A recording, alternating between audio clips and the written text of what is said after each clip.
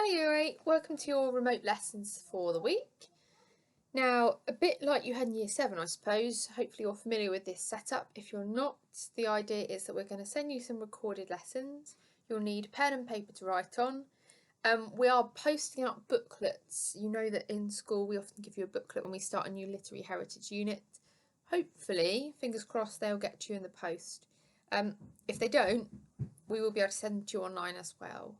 So what's going to happen is the following. So my name is Mrs. Calloway. I'm going to be narrating this set of lessons, and each week a different teacher from the Year 8 team will be speaking over these lessons. There are 3 lessons here. So first thing to say is that does not mean I'm going to be talking to you for 3 hours. No. But instead, we're going to try and guide you through what we would have done if we were in school, except obviously we've had to change it around a little bit.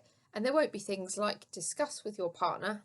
I'm sure some of you are prone to talking to yourself, like we all are, but there won't be things like that, okay? So instead, the expectation is make some notes as we go, and then you'll need to pause the videos when there's activities and different parts of the lesson that we'd like you to complete. So let's get started. So last week you made leaflets. Some of you made some brilliant leaflets too for Shakespeare. So what can we remember about William Shakespeare?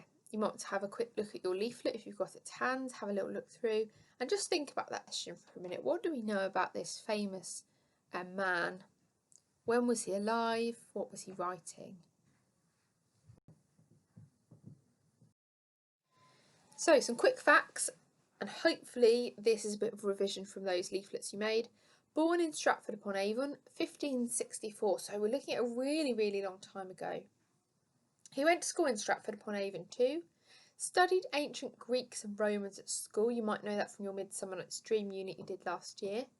Queen Elizabeth I was queen for most of Shakespeare's life.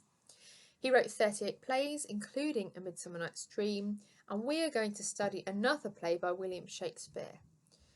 I think you probably know what it is by now. It's going to be The Tempest. But before we do that, we're going to find out more about William Shakespeare. So this week, the lessons are all about giving us some contextual background. So that means a bit of historical background, what was going on at the time, before we actually start the play itself.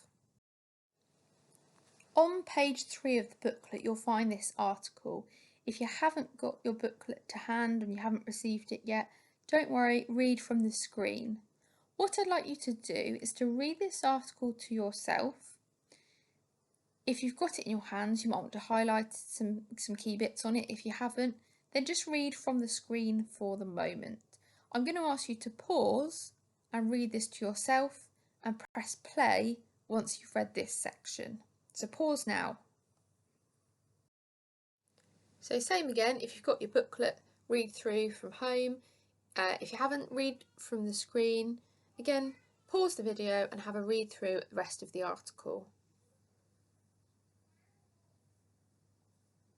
And hopefully once you've read through, you've now pressed play again and rejoined. Based on everything we've been reading about, and also based on your leaflet, some of this is intended to be a revision of what you did last week. What I'd like you to do is jot down your answers to these questions in note form, and you'll check your own answers afterwards. So the first question is, when was Shakespeare alive? So what I'm getting at with that is which eras was he alive in?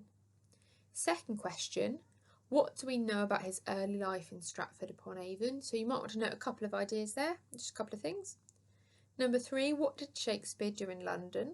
And number 4, what is the difference between the Elizabethan era and the Jacobean era? What I mean by that is who was in charge of which era. Pause this now, and when you press play again, the screen's going to jump over to another screen so that you can check your own answers. So pause now.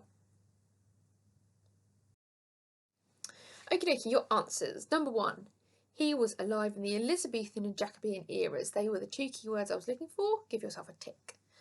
Number 2, we know that he was born and went to school in Stratford upon Avon. He got married. They might be a couple of ideas. If you've got a couple of different ideas there that you've taken perhaps from your leaflet, you can give that a tick if you're confident that it's correct. Number 3, he became an actor and a playwright in London. And number 4, the Elizabethan era and the Jacobean era were the eras that were said in the question. So the answers were Elizabeth I was queen and King James I was king. I have added some dates there if you are someone that's been very specific about this, but as long as you've got Elizabeth I and James I in your answer, then you may give it a tick. Well done if you've got all of those questions correct. A couple more things to check then, so we're going to do a couple more, same again. So you've got 3 questions. Number 1, what is a company? Number 2, which company did Shakespeare belong to? 3, what happened to Shakespeare's company in 1603 and why? Pause the screen. When you come back, you'll check your own answers. Pause now. Super, so we're checking our answers again. So number 1, a company is a group of actors and playwrights. Number 2, Shakespeare belonged to the Lord Chamberlain's men, to start with. And number 3, in 1603, Queen Elizabeth died. The new king, James I, decided to sponsor Shakespeare's company, so they then became the King's Men. So as long as you've got the King's Men in that answer, I'm happy for you to tick it that you are correct. And again, well done if you have got 3 out of 3 on those comprehension questions. So we've said that this term we'll be studying The Tempest by William Shakespeare. I am aware at this point, because I know for some of you in my own class have said that you did perhaps performances of this when you were in your primary school. So some of you might have a little bit of prior knowledge, but obviously we're going to be studying it in perhaps a more grown-up way at this point.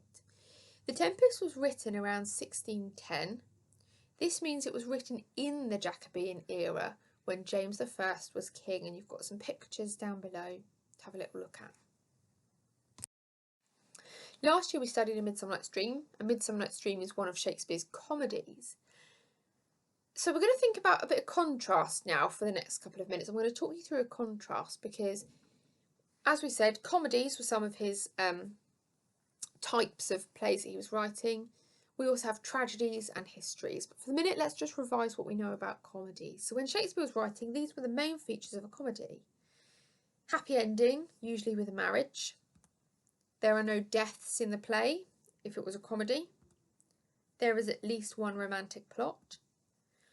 And one plot involves characters who aren't kings, queens, princes, princesses, lords or ladies. So in Shakespeare's comedies, he often included in his comedies servants and tradespeople. And these characters often got themselves into ridiculous situations. For A Midsummer Night's Dream, you can think about characters like Bottom, if you remember, who got into some rather ridiculous situations. And there is confusion around who characters are. I know for a fact from my class last year, there certainly was confusion. And some of that was intentional. So if we look back at A Midsummer Night's Dream as an example, happy ending usually involving a marriage. So we know that in A Midsummer Night's Dream, all these characters, these pairs of characters got married at the end. There were no deaths in the play. So in A Midsummer Night's Dream, nobody died. Aegeus, if you remember, he threatened to kill his own daughter. It did not happen. Nobody died. There is at least one romantic plot. Now, Midsummer Night's Dream was certainly about romantic plots, and there's a quick recap of all of the romantic plots that you had in that rather silly play, A Midsummer Night's Dream. And one plot involves characters who aren't kings, etc. So like I said a minute ago, Bottom is a tradesperson. He has his head turned into a donkey's head. The love potion made him fall in love with Titania, the Fairy Queen, fell in love with him. And there is confusion. So there's a nice visual again to remind you of the confusion that we experienced when we read A Midsummer Night's Dream. So in contrast, let's have a look at some of the features of a tragedy when Shakespeare was writing. So tragedy in Shakespeare's day usually had a sad ending, usually including a death. There are deaths in the play, so it might not just be one at the end, but it might be something that happens throughout the tragedy play. Number 3, there is at least one murder plot. Number 4, the play usually involves high characters. By high characters, we mean kings, queens, princes, princesses, lords and ladies. And number 5, in tragedy, there can be confusion around who or what the characters really are. So like a comedy, a tragedy, similarly, will have some elements perhaps of confusion. So when we're thinking of tragedy, we're thinking of kind of sad, bad things happening. So let's check in here at this point. Which of these are features of a Shakespearean comedy? So comedy. What I'd like you to do is to prepare your answer. So A, there is a happy start and end. B, there are no deaths in the play. C, the play takes place in a forest. D, some characters get into ridiculous situations. E, there are magical characters. So think about for this, what could happen in comedy plays? Just jot down or think about which of those answers seem correct. There are more than one.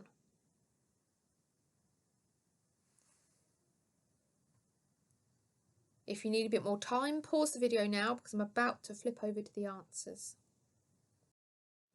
So we have 2 answers. B, there are no deaths in the play, and D, some characters get into ridiculous situations. If you put anything else, it might be because you were thinking specifically of A Midsummer Night's Dream. But for this, we're thinking Shakespeare comedies as a whole. So obviously Midsummer Night's Dream was in a forest, but it doesn't mean that every comedy has to take place with a forest in it. I hope that makes sense.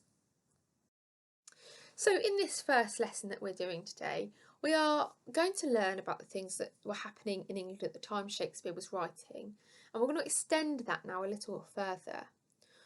So some of the context we're going to be looking at is going to link directly to the play. So we're going to be looking at sea travel. This is because it's important in the play we will study. So sea travel. And to finish today's lesson, we're going to read another article. And this time, what I'd like you to do, there aren't going to be question and answers after this. Instead, I want you to follow this carefully instead. And I'm going to read you through the information this time. And either highlight or underline important ideas, if you have your booklet, or you may prefer, and for some of you it might be a good extension here, to actually make notes at this point. So make notes based on this article on sea travel, because this information is going to become very important when we read the play. So travel in the Elizabethan era. As I said before, you have got this in the booklet if you wish. So today we can use lots of different types of transport. Aeroplanes, trains, coaches, buses, the underground cars and bicycles are all available depending on where you're going, how quickly you want to get there, and for how much money you are prepared to spend. However, these different types of travel were not available for Elizabethan travellers. Moving around the country was much harder as there were no roads, only basic highways. You could travel on horseback easily enough, but cars wouldn't be invented for another 300 years, and a horse and carriage were only available for the richest people in society, people like Queen Elizabeth and lords and ladies of the court. Other modes of transport like bicycles, trains and cheaper carriages were only invented in the Victorian era, which you will remember is over 200 years after the Elizabethan era. For Elizabethans, travelling long distances around the country was hard. It was not encouraged either. People tended to live and stay close to where they were born to help avoid the spread of plague and other diseases. Most people at this time were born, lived and died within a local area, but some people from England were starting to explore parts of the world that they never knew existed before. These explorers and travellers were the great celebrities of the Elizabethan age. Sir Walter Raleigh, Sir Francis Drake and Sir Martin Frobisher were some of the most famous explorers. Elizabeth I was obsessed with their discoveries, and she was happy to pay for their travels, no matter what the price. Led by the Queen's example, the rest of the country were fascinated with their adventures of exploring the world by sea. Now I'm just going to pause for a moment to make sure that you are highlighting or making notes. And again, pause the video at your own discretion here, right? That means when you need to. This paragraph in particular is quite important, so I definitely want to make sure you've highlighted or written down that there are explorers and travellers in this Elizabethan age, because that's really important. And also make sure you've got down or highlighted Elizabeth I was obsessed with their discoveries. So the Queen was really supportive of people travelling, and they were travelling by sea. So back to the reading.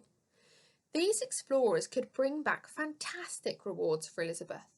Any new land found by an explorer became England's. I think that would be important to highlight. During Elizabeth's reign, she managed to spread the land she ruled over into North America, the West Indies and parts of India. There were also great riches to be found in these new lands, including exotic crops, precious jewels and resources. As expensive as the journeys were, they were often worth it for the explorers for Elizabeth, who became richer and more powerful as a result of the discoveries of the New World. So what that means is, as they explored new lands, they were taking kind of ownership, if you like. They started ruling these lands, and therefore they were ruling and were able to keep the profits from these precious jewels and these crops, the farmland. Exploring wasn't for everyone though. It was incredibly dangerous, and many travellers didn't make it back home. Ships were made of wood and had to be looked after very carefully to make sure they kept watertight. Explorers were travelling into the unknown.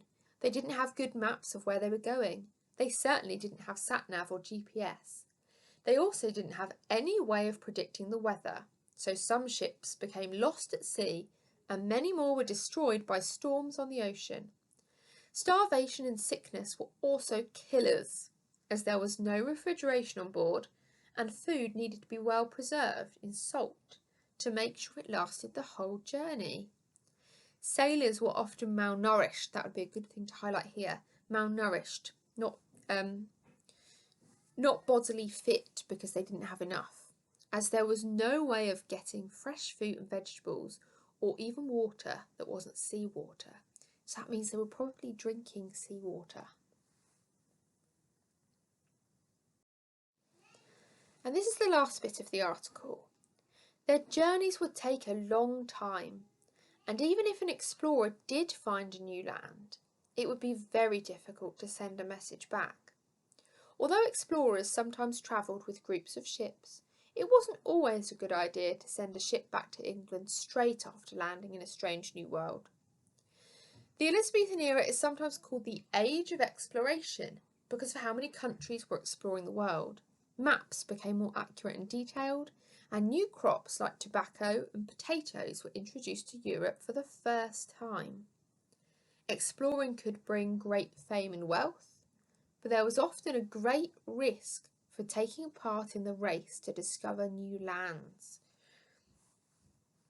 So you're at the end of the article now. And what I'd like you to do to finish off this first lesson, because today has been quite information heavy, so there's been lots of lovely learning taking place with lots of things to find out about. Take a moment to look over your notes, or take a moment to look over what you've highlighted. Go back through the article if you need to. If you've got it in front of you printed, you might want to highlight it that way, or you might be highlighting on digitally, up to you.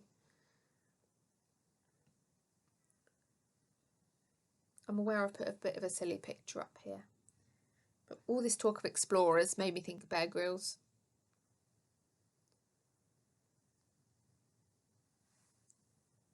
Okay, so make sure you spend time now highlighting and making sure you've taken notes about sea travel today is the main objective, that you need to take these notes for yourself. By the way, you don't need to send the notes to your teacher. These notes are for you and for your learning. And obviously when we come to writing about this, you might refer back to your notes. On this slide are some of the things that you might have highlighted or that you might have noted. So you might want to again pause this, check these against what you've highlighted and any notes that you have taken, because these I think are some of the key points from the article. Now we're reaching, well, this is the end of your first lesson, year 8 of this week. And I think it's just important to say, please make sure that you do give the activities a go that we're asking you to do in these lessons, because it's going to really help your understanding as we work through the rest of this unit. And we've been really careful to keep activities in these PowerPoints, in these slides and in the lessons that we know will really help you. So please make sure you do have a go at the activities that we're asking you to do. So that is the end of lesson 1.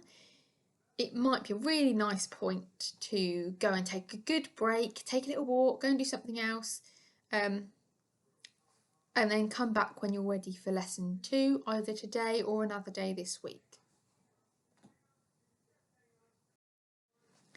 Okie dokie, lesson 2. Hello year 8. So your title can be lesson 2. And again, you're going to need pen and paper for this second lesson. And you'll do now is to think about this question. What was the age of exploration? So think back to what we were doing with lesson 1. What was the age of exploration? An important task for this lesson then is to consider the following. So exploring could bring great rewards for the explorers and for Elizabeth I, but there were also huge risks. What we're going to do is we're going to look at the article again, and I'm about to guide you back through it. After listening and reading, you might want to read it in your booklets. Make a list of the risks and rewards for the explorers and for Elizabeth I. That's the risks and rewards of exploring. Here's the article again. I'm just going to read out the key points, which are the bits underlined in red to remind you. So people were starting to explore parts of the world they never knew existed before. If you remember, we said the explorers were celebrities of the Elizabethan age. You've got the list of names there too. Elizabeth I, so that's the Queen, was obsessed with their discoveries. And the rest of the country were fascinated with their adventures of exploring the world by sea also. Any new land found by an explorer became England's. Towards the bottom of this page then, there were great riches to be found in the new lands, crops, precious jewels and resources. That's a reward that they could gain by exploring new lands. And because of this, as a result, the explorers and Queen Elizabeth became richer and more powerful. So again, think of your rewards there. However, exploring was incredibly dangerous. So when you come to think about the risks here, think about if you were out at sea on a ship, what sort of dangers could you face? Because in a minute, that's what you're going to need to write about. Ships had to be kept watertight. Again, think about what would happen if they weren't watertight. And some ships in the Elizabethan era would not have been watertight. So think about what would have happened to those explorers. They didn't have good maps of where they were going. They didn't have any way of predicting the weather. Ships became lost at sea. Many were destroyed by storms. Starvation and sickness were also killers for the sailors.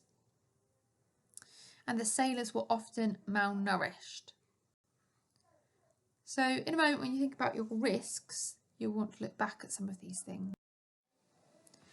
Journeys would take a long time.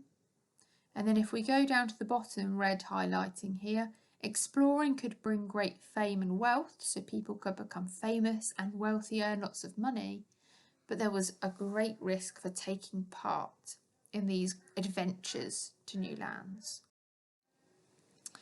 So you're going to need to pause the video and find this sheet in your booklet. If you haven't got your booklet yet, and you may not have received it just yet, then I would suggest you can just write this down. So you can have one table with risk down one side, rewards down the other side.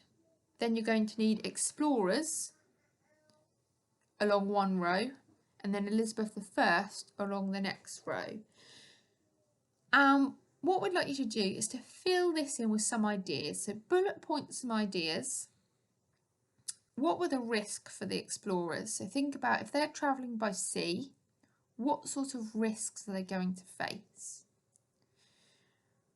For Queen Elizabeth, it might be slightly more tricky here. So try and think about what is she willing to risk by sending sailors out by sea. And then your next one is rewards. So what rewards could the explorers get? And what things did they find when they travelled by sea? And for Elizabeth I, what rewards did she gain? To start you off in that one, she became more powerful and she had more wealth. Think about what else she was able to get when they discovered new lands. So you're going to need to pause the video, and I'd suggest this activity is probably going to take you 10 to 15 minutes. Obviously, if you spend a bit more on it, then that's great. But 10 to 15 minutes. See if you can create a table here, writing down all the risks and rewards in the Age of Discovery.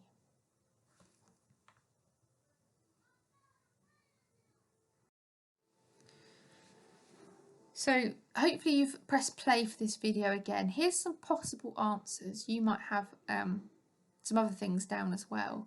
So have a little look here then. Explorers, they could risk their death basically. Drown, starvation, dehydration.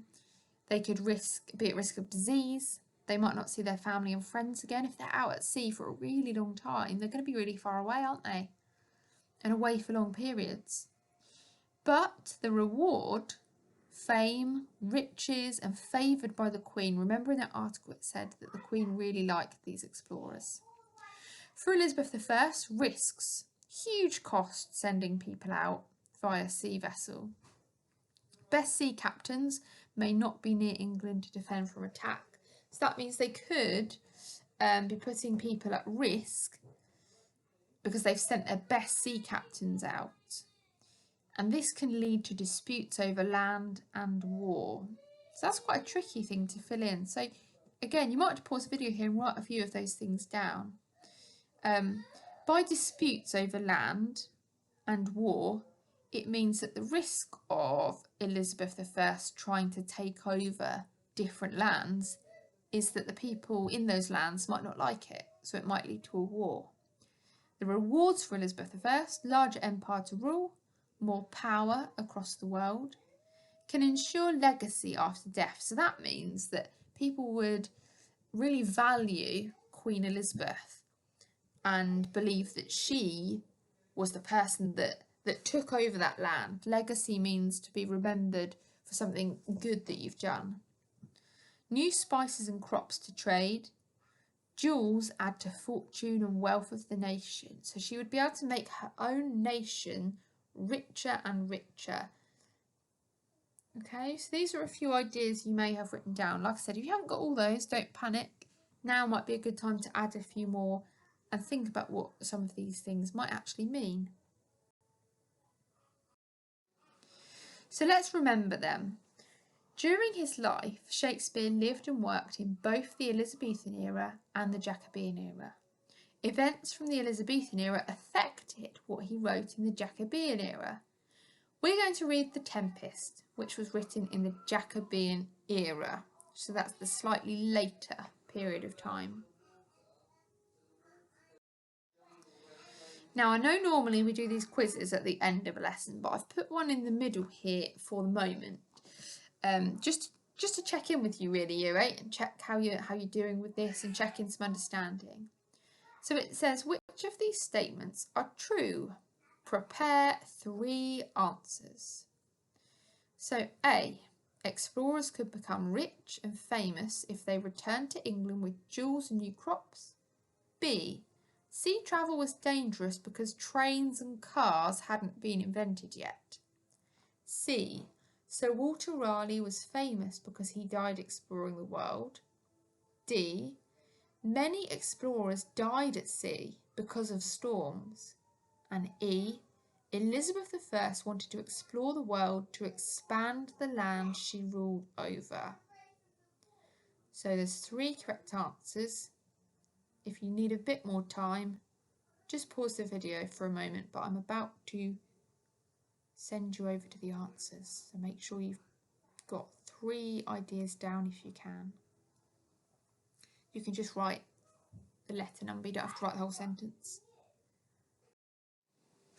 Here we go then, here's your answers. So A, D and E were correct.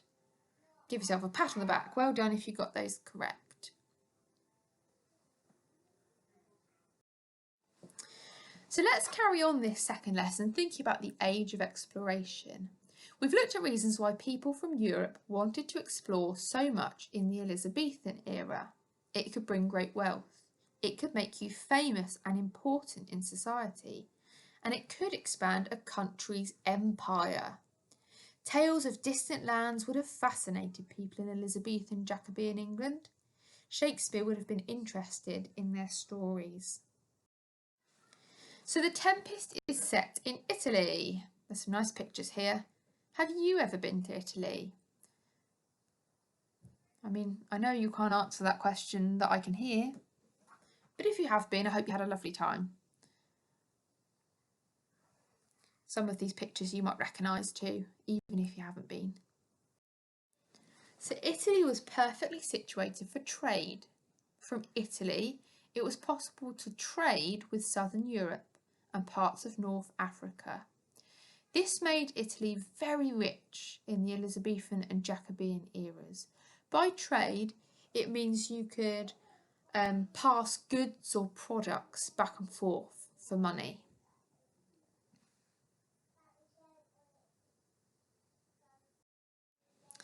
In the Elizabethan and Jacobean eras, Italy was ruled in a completely different way to how it is today. It was not one united country. It was divided into lots of city-states. So this picture you can see now shows you how it was split up into different states. Now for the geographers out there, if you think of America, America is divided up into states. So what we're looking at now is back when Italy was split up in a similar way. Okay, Italy is no longer ruled like this nowadays. Nowadays it's one united country. So as we head towards the end of this second lesson, again we need some more information here that helps us to feel the context ready for when we read the play. So we're going to read the information on Italian city-states. In the booklet it's page 7, but I've also got it here on the PowerPoint for you. What we're going to do with this is there'll be some questions and answers afterwards. So again, if you want to highlight things or write a few notes, that's fine, but there will be some question and answers to do at the end of this lesson. So Italian city-states. During the Elizabethan and Jacobean eras, Italy was not a country like it is today. Instead, the place that we now call Italy was made up of lots of smaller city-states. A city-state is an area that is ruled by a major city. Italy wasn't one unified country, but a number of small independent city-states. Some of these cities were run by elected leaders and others by rich ruling families. Italy was perfectly placed to trade with southern Europe and parts of Africa. This meant that the Italian city-states were some of the largest and richest cities in all of Europe. Okay, so that's the important bit there. Largest and richest cities. The rulers of city-states had different titles. Kings, queens, princes, dukes and lords could be rulers. The name changed between cities, but any of these titles could mean that you were the ruler of a city. The King of Naples was the man in charge of Naples, while the Duke of Milan was in charge of Milan. All of the city-states wanted to be better and more impressive than the others. They spent lots of their money on art, theatre and architecture. Michelangelo, Leonardo da Vinci and Raphael are some of the artists from this time that remain famous today. Some of you might have had a look at those in your art lessons, in fact. However, the city-states didn't just use art to try to show that they were better than their neighbours. There was conflict for the land in Italy. Many of the city-states warred with one another, fighting for the right to control different parts of the land. If one city-state was becoming too powerful, the other cities would group together and try to stop them from gaining more power. Alliances were made and broken quickly. Rulers could gain and lose power quickly. Lots of Shakespearean plays are set in Italian city-states. You can tell this from some of their titles. The Merchant of Venice and The Two Gentlemen of Verona are set in the wealthy Italian city-states of Venice and Verona. Romeo and Juliet is set in Verona too. Last bit of the article. The play we are going to read involves two Italian city-states, Milan and Naples. During the Elizabethan and Jacobean eras, Milan became famous for its metalwork, including designing strong suits of armour. The city-state of Naples ruled much of southern Italy during this time. It became known for its music and is where the mandolin was invented. So what you need to do now is to answer these questions using the information from the resource. So again, pause the video, have a look at the questions, and you'll be checking your own answers afterwards. If you find a question difficult, see if you can read the article again, or do the questions in whichever order that you feel you know the answers to. So if you think you know the answer to 3 and you need a bit more time to think about 1 and 2, then do number 3 first. Okay, so you've got 4 questions. I'm going to suggest you read the questions to yourself here, pause the video now and give these questions a go.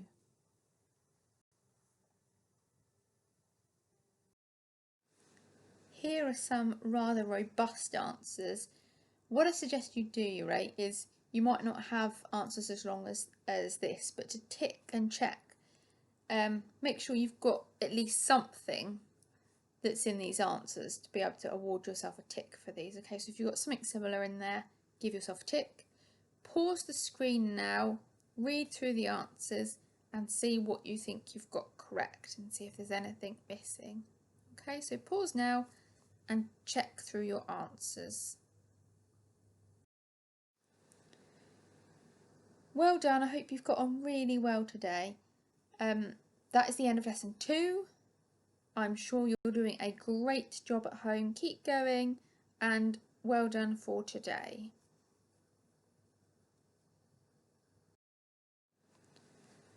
Lesson 3. So this is the final lesson that we're going to record for this week. There is a silly picture alert here, but any idea for our do now who you think is pictured here? Have a little think. If you're not sure, what could be the clue in the background? Okay, so the answer is it was Christopher Columbus. Now, Christopher Columbus was a famous explorer. Okay, so we're talking about a long time ago here. Originally born in Genoa, an Italian city-state, he later moved to Spain. He wanted to expand the Spanish Empire. He sailed to the West Indies to try to claim the land for Spain. Although he is credited with discovering America, that's how some of you might know of him, his story shows that exploration can be dangerous and damaging for the land's natives, so people who already live there. So a few bits of vocabulary here. A word used to describe some forms of exploration is called colonialism. Colonialism is when one country establishes itself in another country.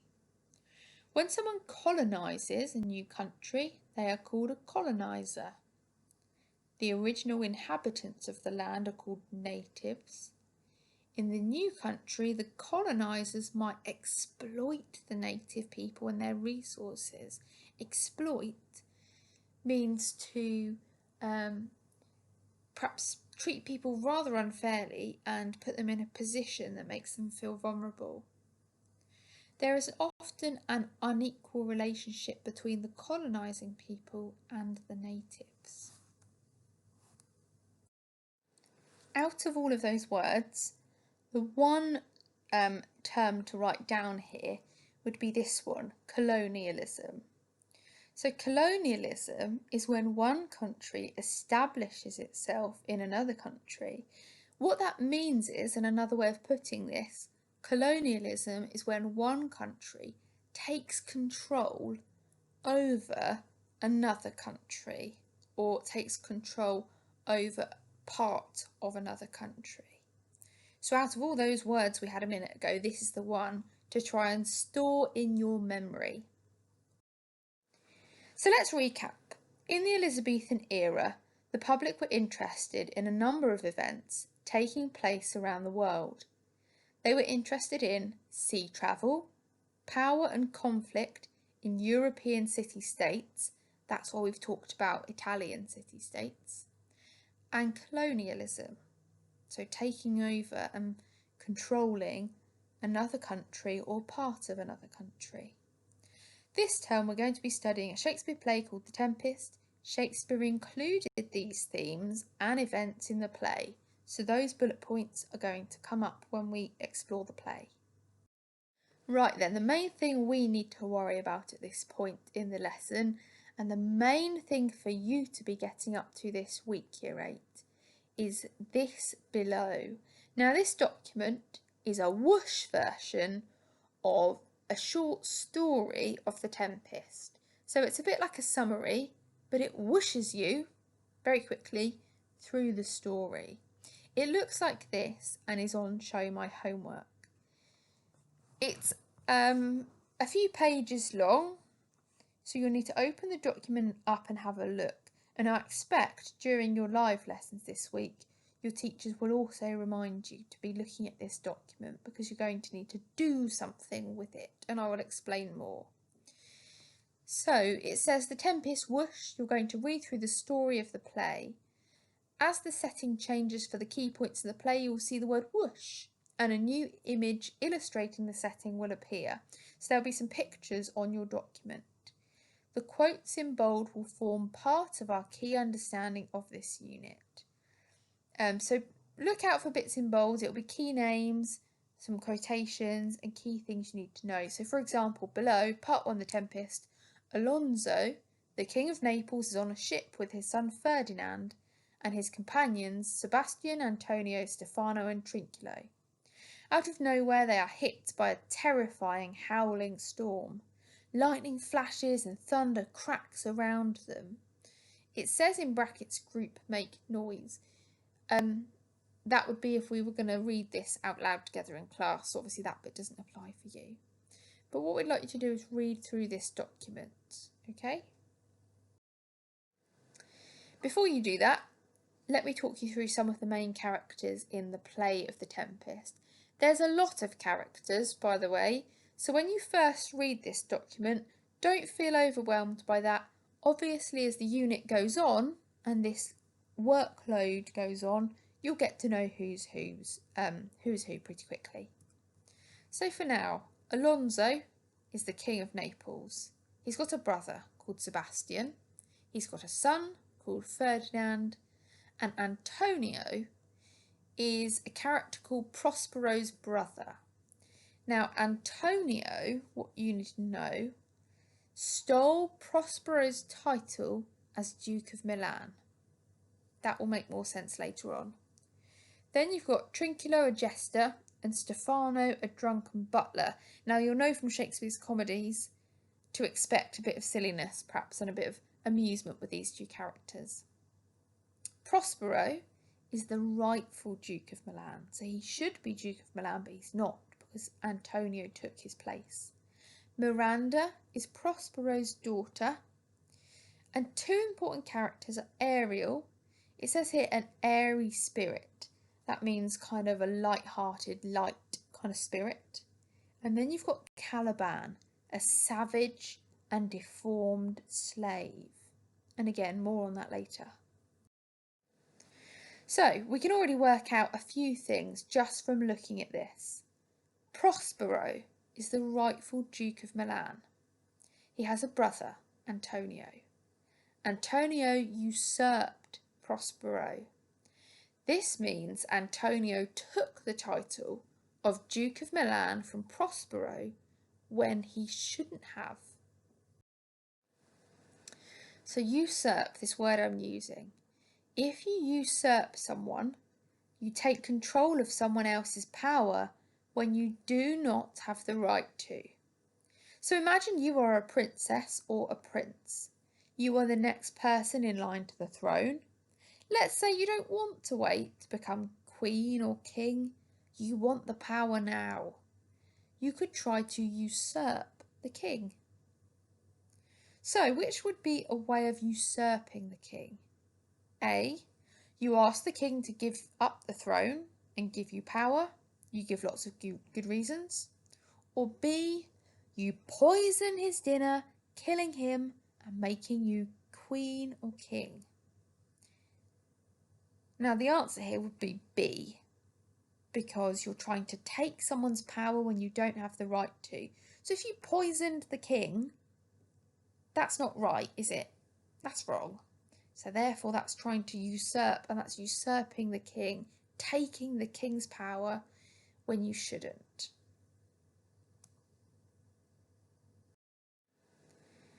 So if you usurp someone, you take control of someone else's power when you do not have the right to. Look at how these sentences use the word usurp. Macbeth usurped King Duncan by killing him while he slept. Ooh, it's not a very nice picture, is it? The decision will usurp the powers of the committee. Ride-hailing apps like Uber have usurped traditional minicab companies. So in that example, the word usurp can be used to mean take over. So apps like Uber have taken over traditional taxi companies is what that means for the bottom one. So let's find out what happens in the Tempest. To do this, we are asking you to whoosh through the short story of the entire play. On Show My Homework, you will need to, in a moment, find the document and read through it. What happens next then? So these are your instructions. I want you to go to Show My Homework, open the document with the short story on. Read this a couple of times, and in fact, the more times you can read it, the better. Step 3, complete the comprehension questions quiz on Show My Homework. So for this week, we're putting up a quiz. This quiz, the results will come back to your teacher. So the one thing your teachers want from you this week, and this will happen automatically when you fill in the quiz, are the answers to the comprehension questions we're giving. When you're answering the questions, it will help if you have 2 windows open. We are not classing that as cheating. We are asking you to do that because we think it will help you. What I mean by that is you might want to have the story up and minimise the screen if you can, so you can see the story at the same time as being able to see the quiz and answer the quiz. Another way of doing that might be to have perhaps the story up on a laptop, or if you've got a printer at home, you could print the story, and then you could use the phone or app. If you've got Show My Homework on an app, or your parents might have it on an app, you might be able to answer the questions at the same time as being able to look at the story. If you know what I mean and you know what I'm talking about, try and aim for that if you can. Okay, if you don't know what I'm talking about, then don't worry. Do your best to answer the questions the best that you can. We're also going to put an extension out because some of you are more than capable of extending your work here, and it is to write your own summary of what you've read. Your summary has a word count of 300 words maximum. Can you try it? So can you summarise the short story into 300 words? We know you won't know the story just yet, inside out, but from what you've read, can you condense it? That's an extension task. If you manage to complete this extension, send that to your teacher. And lastly, here's a few pictures that will come up in that document, and some of these pictures are worth looking at and thinking about what this story is going to be about. So it starts with a ship in a storm. In the calm after the storm, you'll be introduced to two characters called Prospero and his daughter Miranda. In part 3 of the story, you'll find out about Ariel and Caliban and the island that they inhabit. In part 4, you'll find out about King Alonso. In part 5, you'll find out more about Caliban, Stefano and Trinculo. Then there's part 6 of the story, Ferdinand and Miranda, and there's a little bit of a romance plot. It wouldn't be a Shakespeare play without it, really, would it? And part 7, you'll find out what happens at the end. So, well done Year 8 for listening to your lesson. Well done for taking notes, and a fantastic job on filling in the activities that we've asked you to do. Expect to see your teacher live on Teams this week. That'll be your place to ask questions and check in with them. And then, like I said, the main activity for this week is to make sure you read through the short story, and then your teacher will be expecting you to fill in the quiz that will show your comprehension and what you've understood from that short story. Well done for this week. That's all 3 lessons narrated to you.